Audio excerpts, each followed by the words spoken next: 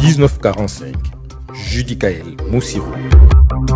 Bonsoir à toutes et à tous, il est 20h45 à Paris, 19h45 à Brazzaville et Kinshasa. Bienvenue dans ce journal du soir sur CDirect Télévision, votre rendez-vous quotidien avec l'essentiel de l'actualité des deux Congos, de l'Afrique en mouvement et du monde qui nous entoure. Nous sommes ensemble pour vous informer avec rigueur, éveiller les consciences et donner la parole à celles et ceux qui font l'Afrique d'aujourd'hui et de demain. 1945. Il était 15h quand Mme Inès Neferingani Vumboyalo, ministre en charge de la promotion de la femme, visage chargé d'émotion, a déposé cette gerbe de fleurs sur laquelle on pouvait lire « Gouvernement de la République du Congo, regret éternel à notre fils compatriote ». C'était au bord de cette route de Fondette où s'est produit l'accident qui a ôté la vie à Glenn Gonchwa, l'étudiant congolais décédé à Tours le 15 février dernier. Ils sont suivis l'hymne national. Vivons pour notre devise, unité, travail, progrès. La ministre Inès Neferingani Vumboyalo était assistée de M. Mikrista Kabamboko, secrétaire exécutif du Conseil consultatif de la jeunesse, et de Mme Larissa Ondie Ongomi, conseillère chargée des Congolais de l'étranger à l'ambassade de la République du Congo en France. Les sentiments que nous éprouvons aujourd'hui face à cette réalité tragique, c'est tout simplement des sentiments d'amertume, de tristesse, mais c'est la vie. J'ai été mandatée tout simplement au nom du gouvernement de la République du Congo parce que la maman du défunt Glenn Gonchwa a fait appel à travers les réseaux sociaux à Madame la ministre de la promotion de la femme. Elle était totalement effondrée. Il fallait que je fasse un plaidoyer auprès du Premier ministre, chef du gouvernement, qui est pris de compassion, a signé cette mission. Et ensuite, le président de la République qui a validé justement cette mission, parce que lui aussi, il était épris de compassion. Donc j'ai été dépêchée par le gouvernement pour que nous puissions évidemment aider la maman de Glenn de venir reconnaître et rapatrier le corps de son fils vers la terre de ses ancêtres. Même son de cloche de la part de Mikrista Kabamboko. Nous sommes ici à Tours pour partager cette affliction avec les jeunes étudiants qui sont ici présents, mais toute la communauté congolaise à travers l'association des étudiants congolais de France et particulièrement pour être aux côtés de la famille. La ministre Inès Neferingani Vumboyalo a également appelé les étudiants congolais vivant à l'étranger à la prudence et à l'unité, tout en félicitant ceux de la ville de Tours pour leur esprit patriotique. Les étudiants qui sont à l'étranger viennent pour étudier. D'abord, il faut faire attention quand on roule, quand on traverse, tout simplement parce que les accidents, il y en a partout. Mais tous ceux qui font des accidents ou ceux qui sont auteurs des accidents, ne sont pas tous de bonne foi, mais ne sont pas tous aussi de mauvaise foi. Ce qui nous touche aujourd'hui, c'est le fait que Glenn, notre fils, notre compatriote, a été abandonné après qu'il soit victime de cet accident. Ce que je peux dire aux étudiants, qu'ils sachent qu'ils ne sont pas seuls, qu'ils sachent qu'ils ne sont pas abandonnés. Nous voulons féliciter les étudiants congolais à Tours pour leur patriotisme. Aussi, il faut justement qu'il y ait l'unité et non la division. Nous avons tout à l'heure entonné l'hymne, oubliant ce qui nous divise. De leur côté, ces étudiants n'ont pas manqué de mots pour remercier le gouvernement de la République pour son implication dans ce dossier. Aujourd'hui, voir un représentant du gouvernement, en l'occurrence Madame la ministre Ingani, pour nous c'est un plaisir de savoir que nous sommes écoutés par les autorités et que nous pouvons effectivement compter sur eux. C'est une présence qui rassure par rapport aux initiatives prises par le président de la République. C'est un profond soutien et surtout pour la maman de Glenn. Madame Hélène Lungu, Mère de l'étudiant décédé est également venue se recueillir dans la consternation la plus absolue, inconsolable, pourrais-je dire. 19h45. L'auberge de la jeunesse a servi de cadre à la rencontre citoyenne du député de la 3e circonscription de Lumumba, l'honorable Maurice Mavungu, et les femmes de cette circonscription à l'occasion de la fête des mères. Le thème choisi était l'entrepreneuriat féminin, dont 2 panélistes ont exposé au sujet de l'autonomisation des femmes. Il s'agit des dames Rita Mabiala et Jess Miyalou. Le député Maurice Mavungu était accompagné de son suppléant Victor Belli. L'événement qui nous rassemble ce jour autour d'un échantillon de 500 mamans et sœurs de notre circonscription sous l'impulsion de l'honorable député Maurice Mavungu, c'est celui de la célébration de cette journée spéciale de la fête des mères. Cette journée est en effet dédiée à toutes les mères du monde. Aussi, au nom de l'honorable Maurice Mavungu et au mien propre, je tiens à vous remercier d'avoir répondu favorablement à notre appel en étant physiquement présent en ces lieux. Aujourd'hui, nous ouvrons à nouveau une page, celle de l'appui ou du soutien à l'entrepreneuriat féminin en termes d'engagement responsable et concret en faveur des femmes entreprenantes. Notre ambition n'est pas seulement de vous aider aujourd'hui, mais d'asseoir dans notre circonscription les bases d'un entrepreneuriat féminin fort, durable et structuré. Sous cet angle, il est certain qu'ensemble, nous irons plus loin. Maurice Mavungu, un député engagé au service de la population, a réservé au cours de cette cérémonie un cachet d'impulsion à 60 femmes, une aide pour soutenir dans leurs activités commerciales. Monsieur, non, pardon, ngondi ayi na kufuti nzoke pasi bakanda beaucoup ake mbonga commerce ya mumbungu pardon beno noa na ben futi nzo na mbonga kaka mbonga commerce ngeluka yaive ya ko renforcer commerce ya beno quoi. Après la remise des enveloppes aux 60 femmes récipiendaires, elles ont manifesté tour à tour leur reconnaissance au couple parlementaire. Je suis vraiment heureuse de ce que monsieur l'honorable vient de faire. Vraiment, j'encourage ce travail-là. Vraiment, c'est pas donner à n'importe qui de sortir son argent et donner à la population. Vraiment, ce que je peux demander aux autres, vraiment, soutenons monsieur Maurice Mavungu parce que c'est un homme bien. Je dis d'abord merci à l'honorable. Il a toujours pensé aux mamans pour faire le commerce. Il nous a toujours donné quelque chose pour faire le commerce. Il faut qu'on aille de l'avant, tel qu'on nous a dit ici là. Madame Jess Miyalo, qui a exposé sur l'autonomisation des femmes, a expliqué le bien fondé de son exposé. Il était question ici d'expliquer aux femmes, quand il s'agit d'entreprendre, il y a certaines questions qu'il faut se poser. Donc la première question qu'il faut se poser, j'entreprends, mais pour quel objectif? Et ensuite, savoir, je vais entreprendre aujourd'hui, mais pour atteindre quel résultat et dans combien de temps? L'honorable a gratifié plusieurs femmes pour servir de modèle. Ces fonds vont servir aux femmes de pouvoir évoluer, vont servir aux femmes d'atteindre un autre niveau. Mais l'objectif fixé ici, c'est de pouvoir leur permettre de faire évoluer leur affaire et aussi de permettre que le FIGA puisse les accompagner dans chaque domaine, dans leur secteur d'activité en fait.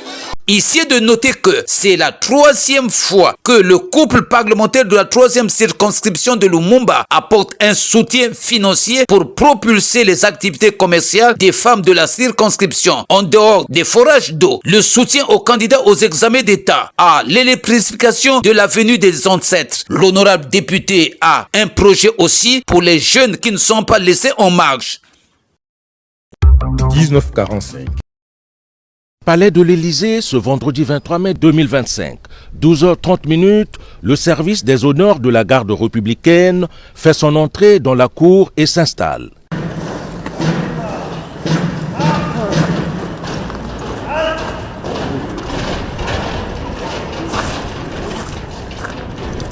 La mise en place terminée, le grand portail du palais de l'Élysée s'ouvre à 12h45.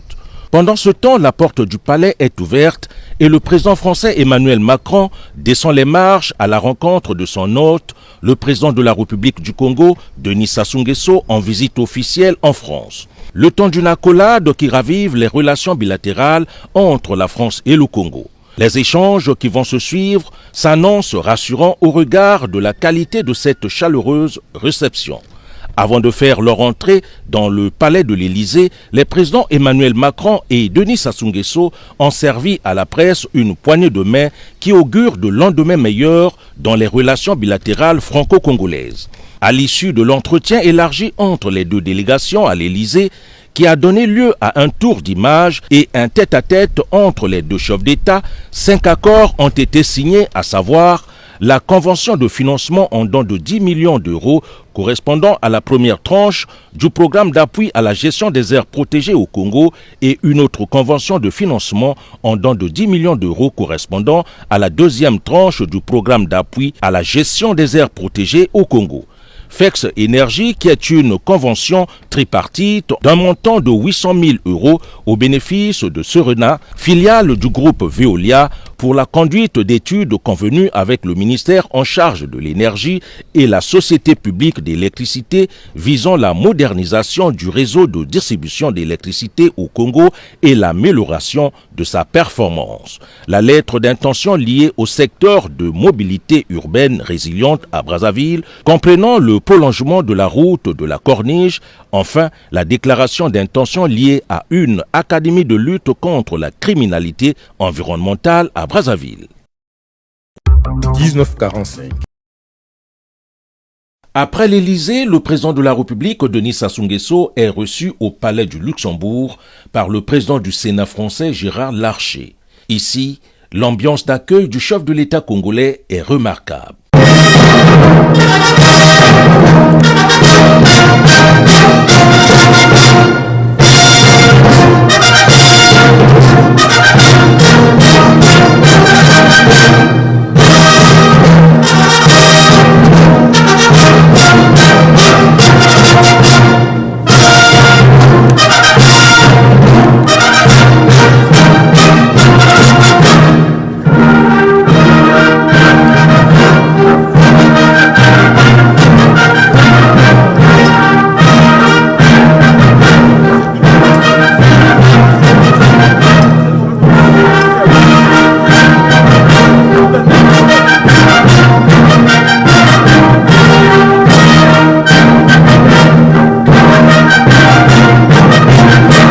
L'autre temps fort de cette rencontre a été la séance de travail entre les deux parties. Une belle occasion bien indiquée de revisiter l'histoire commune afin de mieux préparer l'avenir des relations entre la France et le Congo.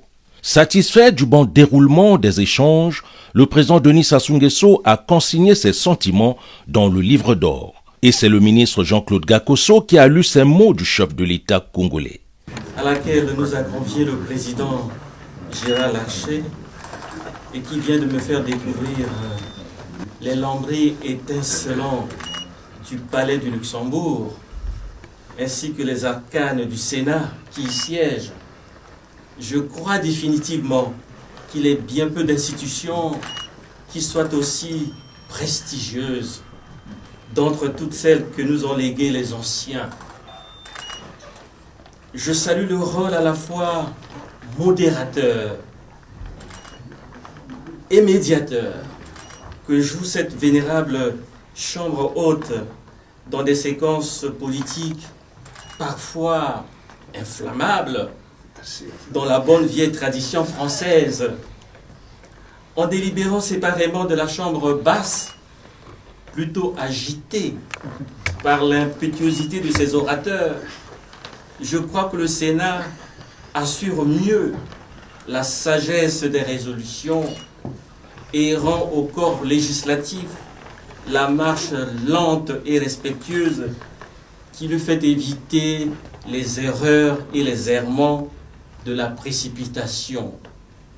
C'est à juste raison que mon pays, la République du Congo, s'en est inspiré dans l'élaboration de son architecture institutionnelle. J'exprime au président Larcher notre amitié sincère et notre reconnaissance infinie pour ces inoubliables moments de partage. Denis Sassou Nguesso, président de la République. Au terme de leurs entretiens, Denis Sassou Nguesso et Gérard Larcher ont procédé à un échange de cadeaux. Le président du Sénat français a remis au président Denis Sassou Nguesso un tableau représentant le palais du Luxembourg.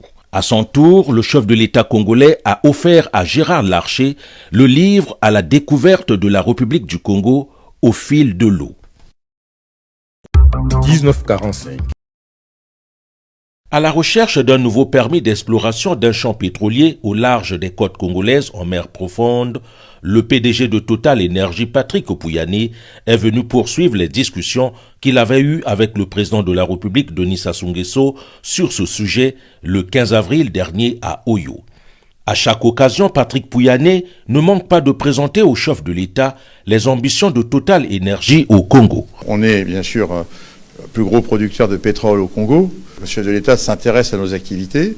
Je lui ai expliqué que la production se tenait bien, la production de pétrole. On a des puits qu'on est en train de forer sur Moho Bilando. On a également parlé d'un prochain permis d'exploration, puisqu'on veut faire de l'exploration pour essayer de trouver du pétrole au Congo. Et donc on est en train de se mettre d'accord avec le chef de l'État qui a donné son accord pour nous attribuer un nouveau permis. Et l'idée, c'est qu'on va forer le puits d'exploration d'ici la fin de l'année. Le dossier avance très bien et on s'est mis d'accord ce soir sur les conditions de ce permis. Et donc, je pense que le gouvernement va pouvoir bientôt approuver le décret et puis il devra aller au Parlement. Et nous, on est déjà en train de préparer le forage. Premier opérateur pétrolier du pays, Total Énergie est déterminé à multiplier ses investissements dans la recherche de nouveaux champs, garantissant ainsi sa présence au Congo. La journée du vendredi 23 mai n'a pas été de tout repos pour le président de la République, Denis Sassou Nguesso. En marge du dîner servi en son honneur par le MEDEF, le port autonome de Pointe-Noire et Aropa Port ont signé un accord de coopération qui porte sur 4 axes.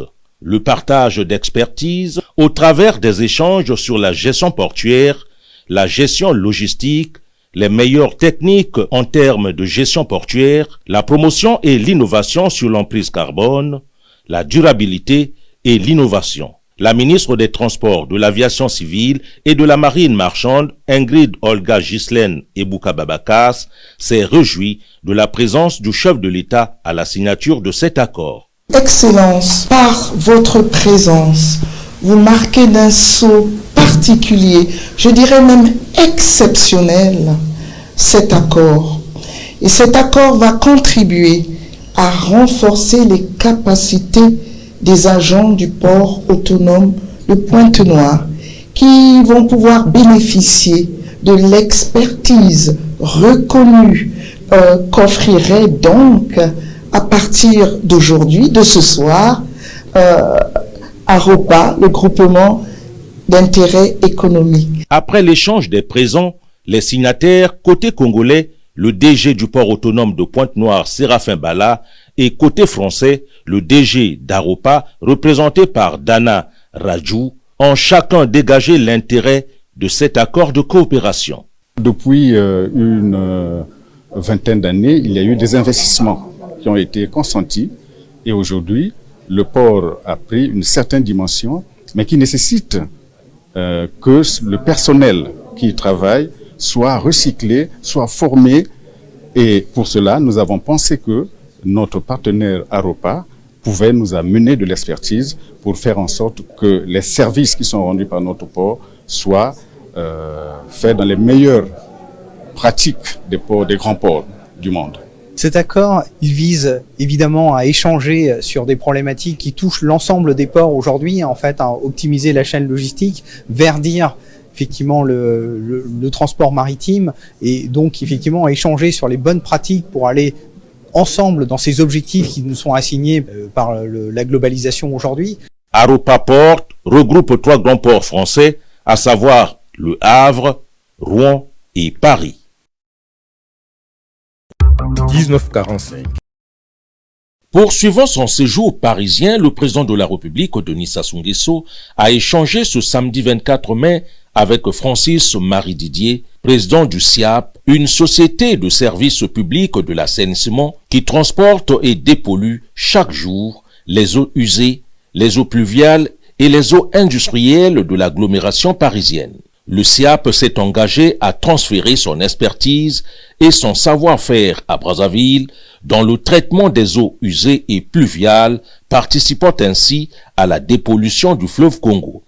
Mais ce projet a connu quelques difficultés dans son exécution. C'est pourquoi le président du SIAP est venu rassurer le président Denis Sassou Nguesso quant à la relance de ses activités dans la capitale congolaise. J'ai rappelé à son Excellence et Monsieur le Président de la République que ce projet tenait évidemment, je sais qu'il lui tient très à cœur, mais il tient très à cœur aussi au SIAP. Malheureusement, nous avons connu quelques désagréments et donc j'ai voulu lui redire que nous terminerons ce projet et donc une mission se rendra sur place très prochainement pour pouvoir redimensionner le calendrier et aller commencer les travaux le plus vite possible pour que ce projet se termine le plus rapidement possible.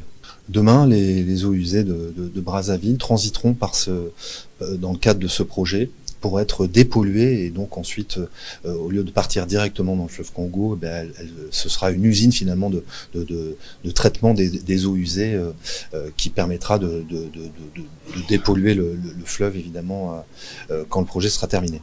Est-ce que vous avez l'expérience en la matière ? Écoutez, vous savez, le SIAP, on est le plus grand service public en Europe en matière d'assainissement. Je dirais même qu'on a beaucoup parlé l'année dernière des Jeux Olympiques et de la possibilité de se baigner dans la Seine. Et le SIAP a été un des grands artisans de ce projet qui tenait à cœur évidemment des Français et des Parisiens. Retenons que le SIAP réalise une mission d'intérêt général.